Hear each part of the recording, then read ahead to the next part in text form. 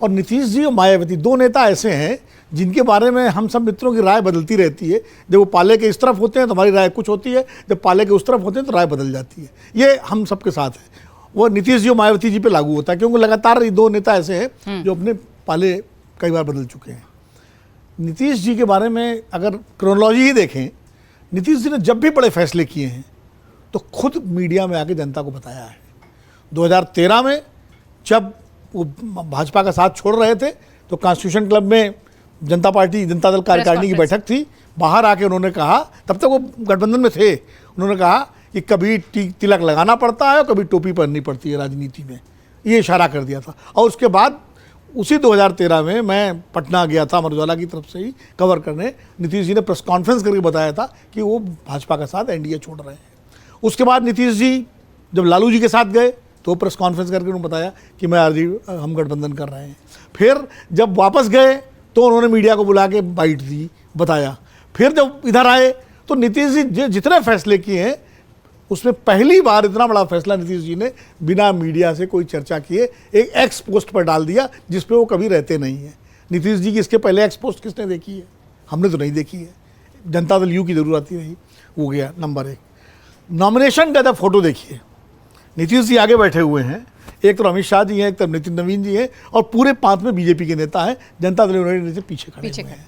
यानी ललन सिंह भी बगल में नहीं बैठे, संजय झा भी नहीं बैठे। इसका मतलब क्या हुआ? आप जो ऑप्टिक्स होते हैं उनसे चीज़ें रीड की जाती हैं। हमारा पत्रकारों का काम ही यही है। अगर हम पत्रकार रीड करना बंद कर दें तो बेकार है बहस करना, बेकार है प्रोग्राम करना, बेकार है पॉडकास्ट करना। सब कुछ सहज भाव में हो रहा है। सहज भाव में राजनीति में कुछ भी नहीं होता। राजनीति में जो भी होता है वो असहज तरीके से होता है। जो अभी शुक्ला जी ने कहा ना कि मुझे धनखड़ जी की याद आ गई, तो वो स्थिति है।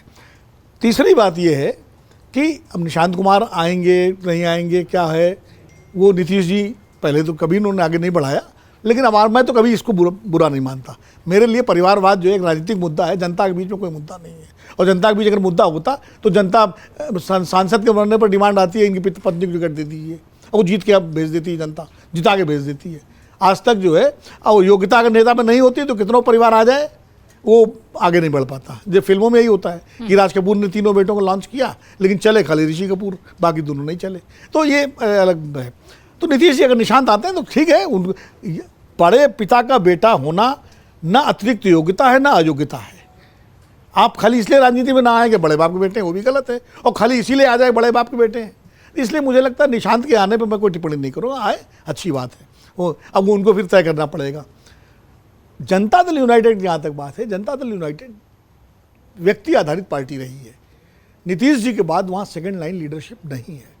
मैं ये नहीं कहूँगा नीतीश जी ने कोशिश नहीं की। नीतीश जी ने 2 बार ईमानदार कोशिश की, लेकिन दोनों बार वो असफल हुए। जीतन राम मांझी को जिन्होंने मुख्यमंत्री बनाया तो इसी कोशिश के तहत बनाया था कि एक दलित को बना के आगे ला रहे हैं और एक नेता तैयार हो। हाँ, एक रिस्क लिया उन्होंने, लेकिन जीतन राम मांझी की अपनी महत्वाकांक्षाएं जाग गई और उसके बाद वो हो गए। दूसरा, उन्होंने प्रशांत किशोर को जनता दल यूनाइटेड का उपाध्यक्ष बनाया था। और मीटिंग में अभिषेक को याद होगा, पार्टी की मीटिंग में उन्होंने कहा था कि हमारे जो है भविष्य के नेता जनता दल यूनाइटेड के प्रशांत किशोर हैं। लेकिन बाद में प्रशांत किशोर से उनके मतभेद हो गए, प्रशांत किशोर अलग हो गए। तो 2 बार कोशिश उन्होंने की, लेकिन उसके बाद जनता दल यूनाइटेड में कोई सेकंड रैंक का लीडर नहीं बचा। क्योंकि जो बड़े नेता थे जनता दल यूनाइटेड के, जो नीतीश कुमार के समकक्ष थे, वो चाहे शरद यादव रहे हों, जौहर साहब तो उनसे सीनियर थे, या शिवानंद तिवारी जैसे लोग रहे हों, बड़े लोग, वो पार्टी में रहे नहीं, बहुत दिन तक रह नहीं पाए। और इसके लिए भी नीतीश जी जिम्मेदार हैं कि क्यों नहीं रह पाए। अब नीतीश जी क्या करेंगे, सवाल ये है। नीतीश जी मुझे लगता है कि अब किसी ऐसी स्थिति में नहीं है कुछ कर सकें। भारतीय जनता पार्टी की सीटें अगर 89 सीट्स नहीं होती, 50-60 सीटें होती और आरजेडी की 50-60 सीटें होती तो नीतीश जी कुछ ना कुछ कर सकते थे। अब स्थिति ये है कि अगर पूरा का पूरा जनता दल आरजेडी के साथ हो जाए तब भी बिहार में सरकार बनाना आसान नहीं है, नंबर 1। वैसे भी पूरा जनता दल बीजेपी से अलग होने के लिए तैयार नहीं है। जनता दल यूनाइटेड, आधे से ज़्यादा जनता दल यूनाइटेड के विधायक और नेता जो है वो पूरी तरह भाजपा में हो चुके हैं। लगातार बीजेपी के साथ काम करते करते उनका भाजपा के प्रति कोई वो जो पहले एक वैचारिक वो था कि वो अब खत्म हो चुका है। ललन सिंह साहब उम्मीद करते हैं कि वो बीजेपी के खिलाफ मोर्चा लेंगे, या संजय झा से, वो अब खत्म। वशिष्ठ नारायण सिंह जैसे कुछ लोग थे वो, लेकिन अब वो भी मुझे लगता है वशिष्ठ बाबू भी अब उस स्थिति में नहीं है। तो मुझे नहीं लगता कि जनता दल यूनाइटेड कोई एनडीए से अलग होगा। हाँ, उसका काडर और उसका वोटर, वो रिएक्शन आप देख लीजिए जो हो रहा है, जिस तरह उनके वोटर काडर प्रदर्शन कर रहे हैं, असंतोष व्यक्त कर रहे हैं, दुख व्यक्त कर रहे हैं, तो कहीं उनको लगता है कि उनके साथ छलावा हुआ है। हाँ। क्योंकि चुनाव जनता दल यूनाइटेड के लोगों ने नीतीश कुमार के नाम पर वोट दिया था, और नीतीश कुमार को जिस तरह से बड़े सलीके से दिल्ली ले आया गया। हाँ, दिल्ली में उनको क्या भूमिका दी जाएगी? अगर अमित शाह जी की बात माने तो क्या वो एनडीए के संयोजक बनेंगे जो जॉन फर्नांडिस थे?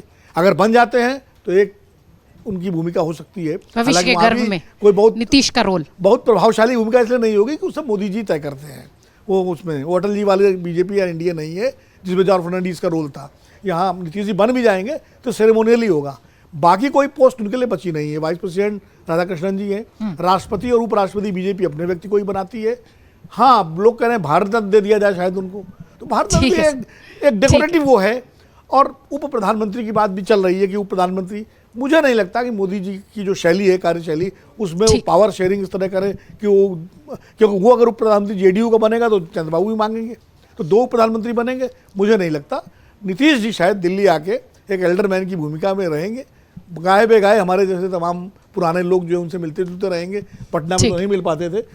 अगर आप ये वीडियो YouTube पर देख रहे हैं तो हमारे चैनल को सब्सक्राइब कर बेल आइकन दबाएं, और Facebook पर देख रहे हैं तो हमारे पेज को लाइक करें।